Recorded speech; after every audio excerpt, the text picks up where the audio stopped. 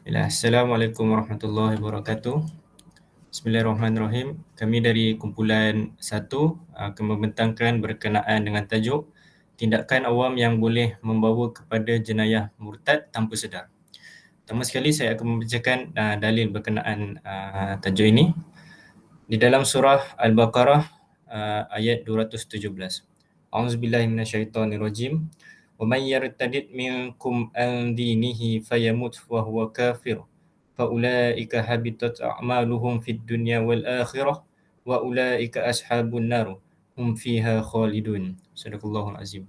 Yang bermaksud barang siapa yang murtad di antara kamu dari agamanya lalu dia mati di dalam kekafiran, maka mereka itulah yang sia-sia amalannya di dunia dan di akhirat.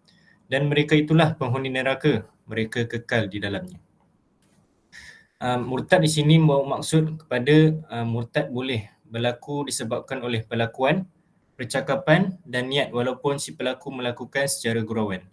Inilah yang sering berlaku tanpa sedar disebabkan pelaku mungkin menyangka ia sekadar gurauan. Seterusnya saya serahkan kepada Naufal. Okey, terima kasih kepada saudara Anwar Razik. Okey, jadi senang kita nak faham, kita tengok situasi yang kita ada ni.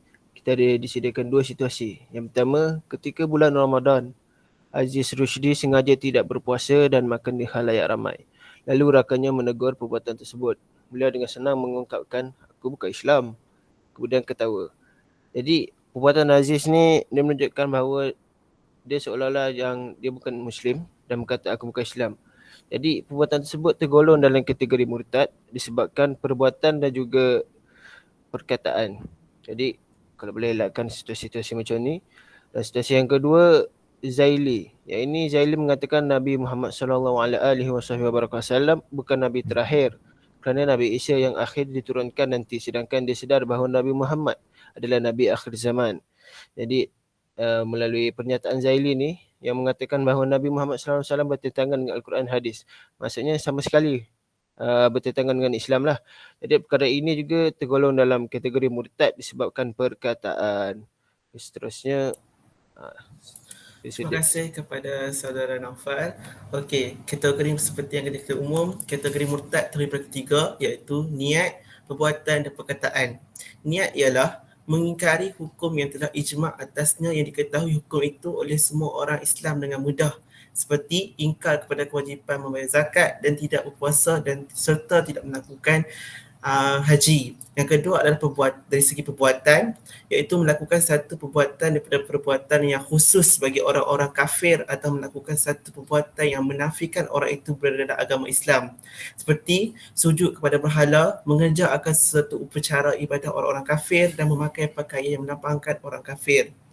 Dan yang terakhir iaitu yang ketiga, dari segi perkataan, berkata dengan satu perkataan yang menafikan keislaman seseorang, sama ada muncul perkataan itu daripadanya kerana keyakinannya atau kerana ingkar atau bergurau senda.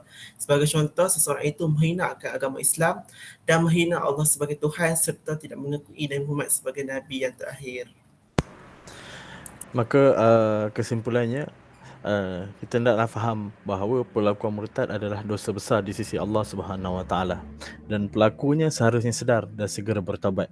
Dan orang yang di sekelilingnya apabila menyedari perbuatan yang menjurus ke arah itu, hendaklah menegur dengan segera. Walau bagaimanapun, perbuatan murtad dengan sewenang-wenangnya adalah perbuatan yang salah dan perkara ini hendaklah diserahkan kepada pihak yang berautoriti. Jadi sekian saja perbincangan kami mengenai tindakan awam yang boleh membawa kepada jenayah murtad tanpa sedar.